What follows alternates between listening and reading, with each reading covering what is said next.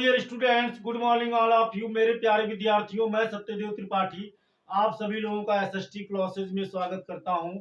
आज का जो मेरा टॉपिक है, जैसा कि आप देख पा रहे हैं, एनसीईआरटी मैथ क्लास 10 एक्सरसाइज 7.4 ऐच्छिक प्रश्न का क्वेश्चन नंबर 8 और ये लास्ट क्वेश्चन है।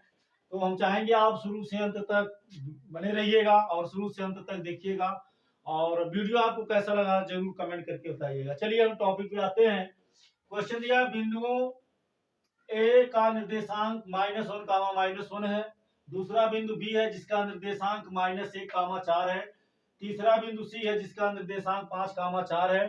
चौथा बिंदु डी है जिसका निर्देशांक 5 कामा -1 है। से एक आयत ABCD बनता है। तो चलिए हम आयत बना देते हैं तुरंत। आप जानते हैं आयत क्या होता है। आयत ये वे होते हैं जिनकी सम्मुख भुजाओं की लंबाई क्या होती है, समान होती है। आयत के सम्मुख भुजाओं की लंबाई क्या होती है, समान। अगर आमने सामने की भुजा समान है, ठीक है ना, सम्मुख भुजाएं समान है, ठीक है, तो आयत होता है। और दूसरा कंडीशन ये भी होता है कि प्रत्येक कोण 90 अंश होता है। तो ये हमारा हो गया ए, ये हो गया बी, ये हो गया सी और ये हो गया डी। ए का निर्देशांक दिया है -1 कामा -1, बी का दिया है -1 कामा 4, सी का दिया है 5 कामा 4, डी का दिया है 5 कामा -1।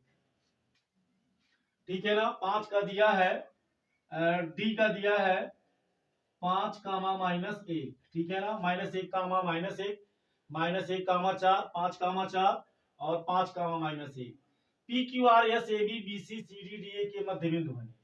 तो ए बी का मध्य बिंदु ये होगा, ये पॉइंट पी है। बी सी का मध्य बिंदु ये है, इसको क्यू मान लेते हैं। सी डी का मध्य बिंदु ये है, इसको आर मान लेते हैं। और डी ए का मध्य बिंदु ये है, इसको हम यस मान लेते हैं। अब इनको हम मिलाते हैं ऐसे, इस तरह से हमने इसको मिलाया। इस तरह से आप देख सकते हैं, हमने मिला दिया। पी क्यू आर एस बना। ये भी एक चतुर्भुज है। अब हमें बताना है ये जो पी क्यू आर एस है वर्ग है, क्या वर्ग है, क्या यह एक आयत है, क्या यह एक समचतुर्भुज है। कारण दीजिए, साकारण, ठीक है ना, मतलब कारण सहित आपको बताना है। तो हमें इसको समझने के लिए हमें पी क्यू आर एस और P Q Q R S और एस पी की लंबाई ज्ञात करनी होगी, जिसके लिए हमें पहले पी क्यू आर एस का निर्देशांक चाहिए। तो चूंकि पी ए बी का मध्य बिंदु है, तो यहाँ लिखिए, इसलिए यहाँ लिखिए, चूंकि पी, चूंकि क्या दिया ही है, पी ए बी का मध्य बिंदु लिख भी देते हैं। चूंकि पी ए बी का मध्य बिंदु है, मध्य बिंदु है, इसलिए P का निर्देशांक बराबर। अब देखिए, दो बिंदुओं के दो बिंदु हों और उनके मध्य बिंदु का निर्देशांक बराबर होता है x1 प्लस x2/2 कामा y1 प्लस y2/2। तो यहां आप देख सकते हैं, वह x1 का मान -1 plus x1 y1 x2 y2, तो -1 और x2 का मान भी -1/2 कामा y1 का मान -1 प्लस y2 का मान 4, तो 4 हो गया, /2 हो गया। ब्रैकेट क्लोज करते हैं। -1 और -1, -2/2 कामा 4 में 1 जोड़ेंगे, 4 में -1 को ऐड करेंगे तो 3/2 आएगा, और ये बराबर हो गया -1 कामा 3/2।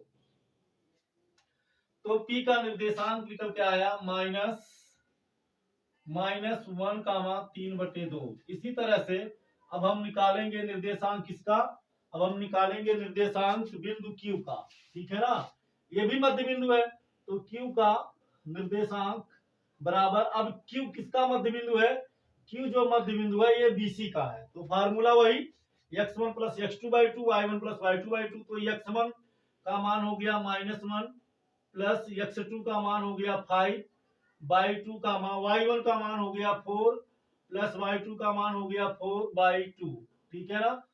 अब आप देख सकते हैं, अब 5 में से -1 निकल जाएगा तो कितना हो जाएगा, 4/2, और 4 में 4 जोड़ेंगे तो 8 हो जाएगा, 8/2। और ये हमें मिलेगा 2 दूनी 4, 2 चौक 8, तो ये हमें मिल गया 2 कामा 4। तो Q का निर्देशांक हो गया 2 कामा 4। अब हम R का निकालते हैं। तो R किसका मध्य बिंदु है, R मध्य बिंदु है CD का। यहाँ लिखिए r का निर्देशांक बराबर हो जाएगा, यहाँ भी वही सूत्र x1 प्लस x2/2 कामा y1 प्लस y2/2। तो x1 का मान 5 प्लस x2 का मान 5/2, x1 का मान 4 प्लस y1 का मान 4 प्लस y2 का मान -1, तो हो गया -1/2। 5 में 5 जोड़ेंगे 10/2 कामा 4 में से 1 निकल जाएगा तो 3/2। अब 10 में 2 का भाग देंगे तो 5 आएगा, तो यह आ गया 5 कामा 3/2। तो r का जो निर्देशांक हुआ कितना हो गया 5 कामा 3/2। अब हम यस का निकालते हैं, यस का निर्देशांक बराबर फार्मूला वही x1 प्लस x2/2 कामा y1 प्लस y2/2। तो ये x1 ये y1 ये x2 ये y2, तो x1 का मान हो गया 5 प्लस x2 का मान हो गया -1, तो -1 हो गया बाई 2 कामा y1 का मान हो गया -1 प्लस y2 का मान -1, तो ये हो गया -1/2। अब 5 से 1 जाएगा तो 4/2 -1 -2/2, और 4 में 2 का भाग देंगे तो 2 आएगा, 2 में 2 का भाग देंगे 1, तो हो गया 2 कामा -1। ठीक है ना। तो ये हो गया यस का निर्देशांक। अब हमें निकालना है पी क्यू की लंबाई।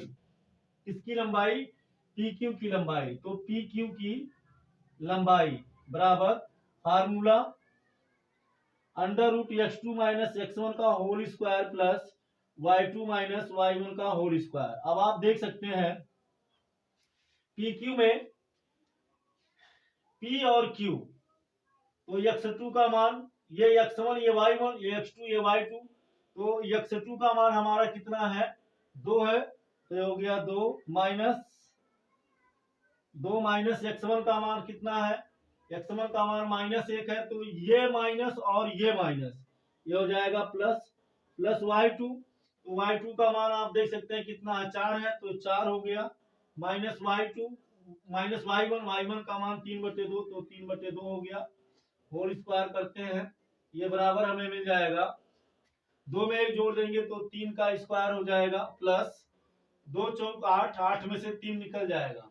देखिए इसका अपान 1 करके क्रॉस मल्टीप्लाई करके निकालेंगे तो जाएगा 8 माइनस 3/2 का होल स्क्वायर, 2 का गुणा 4 में करेंगे 8, 3 का गुणा 1 में करेंगे 2 तो ये हो गया 3 3 का 9 प्लस 8 में से 3 जाएगा 5/2 का स्क्वायर, तो ये हो गया 9 प्लस 5 का स्क्वायर 25/4। ठीक है, तो ये हमें मिलेगा 9 चौक अपान 1 करके क्रॉस मल्टीप्लाई करेंगे तो 36 प्लस 25/4, 6 5 11 1 और 3 2 5 1 6 √61/4। ठीक है ना, कितना हो गया मात्रक। ठीक है ना, तो हम चाहेंगे आप इसका स्क्रीनशॉट ले लीजिए, इसके बाद में नेक्स्ट क्वेश्चन को देखते हैं। ठीक है ना, आप इसका स्क्रीनशॉट ले लीजिए, इसके बाद नेक्स्ट क्वेश्चन को हम देखते हैं। तो ये लंबाई निकली किसकी, ये लंबाई निकली पी क्यू की। अब हम लंबाई निकालेंगे किसका, क्यू आर का। अब हम क्यू आर का लंबाई निकालेंगे, तो यहाँ लिखिए क्यू आर की लंबाई। अब क्यू और आर दो बिंदु मध्य बिंदु हैं, दो निर्देशांक हैं, दो निर्देशांकों के बीच की दूरी का सूत्र यही है, तो इसी सूत्र पे रखेंगे। तो देखो ये हो गया x1, ये हो गया y1, ये हो गया x2, ये हो गया y2। तो x2 माइनस x1, तो x2 का मान 5, तो 5 माइनस x1 का मान 2, तो 2 का होल स्क्वायर प्लस y2 का मान है 3/2 माइनस y1 का मान है 4, तो 4 हो गया, यहाँ होल स्क्वायर हो जाएगा, 5 में से 2 जाएगा तो 3 का स्क्वायर प्लस ये हो गया 3 माइनस इसका अपान 1 करके क्रॉस मल्टीप्लाई करेंगे तो 3 माइनस 8/2 का होल स्क्वायर, ये हमें मिलेगा 3 का वर्ग हो गया 9 प्लस 8 से 3 जाएगा तो माइनस 5/2 का होल स्क्वायर। अब हमें मिलेगा 9 प्लस माइनस का स्क्वायर प्लस हो जाएगा 25 और 2 का स्क्वायर कितना हो जाएगा 25 हो गया, 2 का स्क्वायर 4 हो जाएगा, अपान 1 करके क्रॉस मल्टीप्लाई करके लगाएंगे। सेम देखिए यही फंक्शन आया, यही फंक्शन आया, तो ये हमें मिल जाएगा जब ऐड करेंगे तो जाएगा 9 प्लस 9 चौक 36, तो 9 चौक 36 तो हो गया 36 प्लस 25/4, ये हमें मिल गया बराबर रूट 61/61 मिलेगा, कितना मिलेगा 1 मिनट 36 प्लस 25, 6 5 11, 1 3 2 5 1 61 मिलेगा। तो ये हो गया हमारा, ये 25 है तो ये हमें मिल गया 61/4, ये हो गया मात्रक। ठीक है ना। आप इसको चाहें तो 1/2, इसको आप चाहें तो इसको ऐसे भी लिख सकते हैं 1/2 इंटू √61 मात्रक। ठीक है ना। तो ये हो गया हमारा किसकी लंबाई, ये हो गई क्यूआर की लंबाई। हमें इधर भी थोड़ा इसको क्लीन करना पड़ेगा, साफ करना पड़ेगा, क्योंकि अब क्यूआर के बाद हम लंबाई निकालेंगे किसका, आरएस का, फिर उसके बाद में एसपी का, उसके बाद में हमारा आंसर क्लियर हो जाएगा, पता चलेगा क्या है। ठीक है ना। चलिए फिर हम निकालते हैं किसका, आर पी क्यू की लंबाई हो गई, क्यू आर की हो गई, आर एस की लंबाई, आर एस की लंबाई। फार्मूला वही लगेगा क्या लगेगा, √x2 माइनस x1 का whole square plus y2 minus y1 का होल स्क्वायर। तो हम आर एस का निकाल रहे हैं, तो हमारा हो गया, देखिए आर एस, यस का कितना निकला था, यस का तो साफ कर दिए, हम ध्यान नहीं दिए, लिखे नहीं। आर एस के मध्य बिंदु का निर्देशांक हम निकाले थे, चलिए इसको हम निकाल देते हैं यहाँ साइड में। आर एस के मध्य बिंदु का निर्देशांक, सॉरी एडी के मध्य बिंदु का निर्देशांक, ये हो गया 5 प्लस माइनस 1/2 कामा, और ये हो गया y2 minus y1, x2 plus x1, x1 plus x2 by y1 plus y2, ये हो गया -1 प्लस -1/2। तो हो जाएगा 5 में से 1 निकल जाएगा 4/2, और -1 -2/2, तो 2 दूनी 4। तो मिलेगा हमें यस का कितना मिलेगा, हमें मिलेगा 2 कामा -1, क्या मिलेगा, 2 कामा -1 मिलेगा। ठीक है ना, यस का। वैसे आप इसको लिख चुके होंगे क्योंकि इसके पहले मैं इसको बता दिया था, मैं ध्यान नहीं दिया। तो अब आर एस का निकालेंगे, तो formula x2 minus x1, x1 y1 x2 y2, तो x2 का मान हो गया 2 माइनस x1 का मान हो गया 5 का होल स्क्वायर प्लस y2 का मान हो गया -1 प्लस y1 का मान हमारा है -y2 माइनस y1 का मान है 3/2, तो 3/2 हो गया।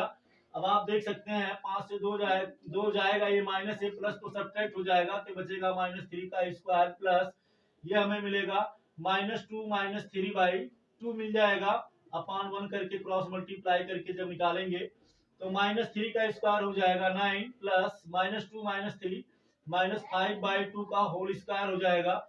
ये हो गया 9 प्लस 5 -5 का स्क्वायर प्लस 25 2 का 4 होगा। इसको जब हम सॉल्व करेंगे तो हमें क्या मिल जाएगा, ये इसी फंक्शन में आप देख सकते हैं, तो ये अपान 1 करके क्रॉस मल्टीप्लाई करके निकालेंगे तो 4 का गुणा 9 में तो 36, और 1 का गुणा 25 में तो 25, और 4 का गुणा 1 में तो 4, तो हमें मिल गया 36 में 25 जोड़ दिए तो √61/4, या इसको हम ऐसे भी लिख सकते हैं 1/2 रूट, चूंकि 4 का वर्गमूल निकल जाएगा 2, √61 क्या हो गया, मात्रक। ठीक है ना। अब हम लंबाई निकालेंगे एसपी की, यस पी की लंबाई, एसपी की लंबाई बराबर हो जाएगा √ फार्मूला वही x2 माइनस x1 का whole square √x2 minus x1 का whole square plus y2 minus y1 का होल स्क्वायर। तो ये हो गया x1, ये y1, ये x2, ये y2, तो x2 का मान हो गया -1 माइनस y2 x2 का मान -1 माइनस x1 का मान हो गया 2 का होल स्क्वायर प्लस y2, तो y2 का मान आप देख सकते हैं कितना है, 3/2 है, तो 3/2 हो गया, माइनस y1 का मान हमारा -1 है, तो ये हो जाएगा -1 का होल स्क्वायर। अब ये हमें बराबर मिलेगा -1 में -2 ऐड करेंगे तो हमें मिल जाएगा -3 का स्क्वायर प्लस ये हमें मिलेगा 3/2, माइनस माइनस हो जाएगा +1, ठीक, /1 लिख सकते हैं का होल स्क्वायर। अब ये हमें बराबर मिलेगा -3 का स्क्वायर हो जाएगा 9 प्लस ये अपान 1 करके क्रॉस मल्टीप्लाई करके निकालेंगे तो 3 + 2/2 का होल स्क्वायर, ये बराबर हमें मिल जाएगा 9 + 5/2 का स्क्वायर। अब ये हमें मिलेगा कितना, ये हमें मिल जाएगा ये हमें मिलेगा 9 + 5 का स्क्वायर 25/4। इसको जब सॉल्व करेंगे तो हमें मिलेगा √61/4, या इसको हम लिख सकते हैं 1/2 √61 क्या हो गया, मात्रक। तो आप देख सकते हैं क्या देख सकते हैं, PQ का मान भी जो है वही मान QR का निकला है। देखिए PQ का मान √61/4 हो गया। फिर यहाँ देखिए आपका क्यू आर का रूट 61/4 हो गया, ठीक है ना।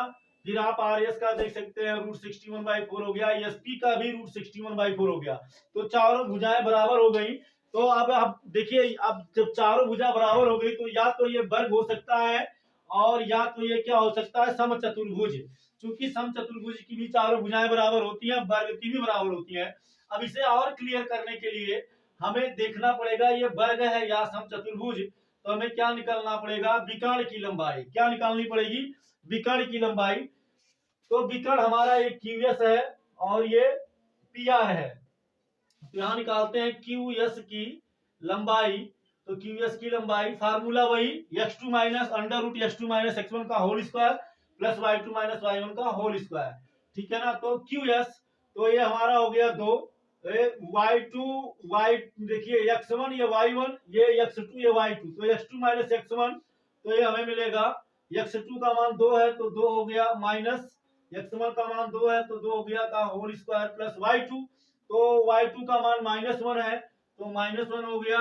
फिर माइनस y1, तो y1 का मान 4 है तो 4 हो गया। ये x1 ये y1 ये x2 ये y2, तो हमें मिल गया 2 से 2 जाएगा 0 का स्क्वायर प्लस -4 -1, तो -5 का स्क्वायर, तो हमें मिलेगा 0 का स्क्वायर 0 प्लस -5 का हो जाएगा स्क्वायर, हमारा क्या हो जाएगा +25 हो जाएगा।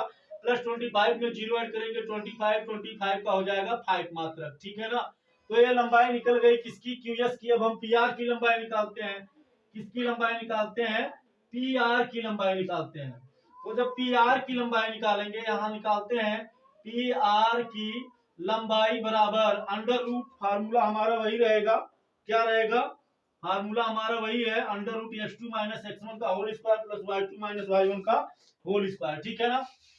तो पी आर में ये x1 ये y1 ये x2 ये y2, तो x2 का मान हमारा 5 है माइनस x1 का मान -1, तो ये माइनस और ये यहाँ माइनस है सूत्र में और यहाँ माइनस है वैल्यू में, तो हो जाएगा +1 का होल स्क्वायर प्लस y2, तो y2 का मान हमारा है 3/2, तो 3/2 हो गया, माइनस y1, तो y1 का मान भी 3/2, तो 3/2 हो गया होल स्क्वायर, तो 5 में एक जोड़ेंगे तो हो जाएगा 6 का स्क्वायर प्लस 3/2 से 3/2 जाएगा तो जाएगा 0 का स्क्वायर, तो 6 में 6 जोड़ेंगे तो जाएगा 36, 0 का स्क्वायर 0, 36 में 0 जोड़ेंगे तो 36 मिलेगा और 36 का हो गया 6 मात्र। तो आप देख सकते हैं चारों भुजाओं की लंबाई समान है लेकिन विकर्ण बराबर नहीं है।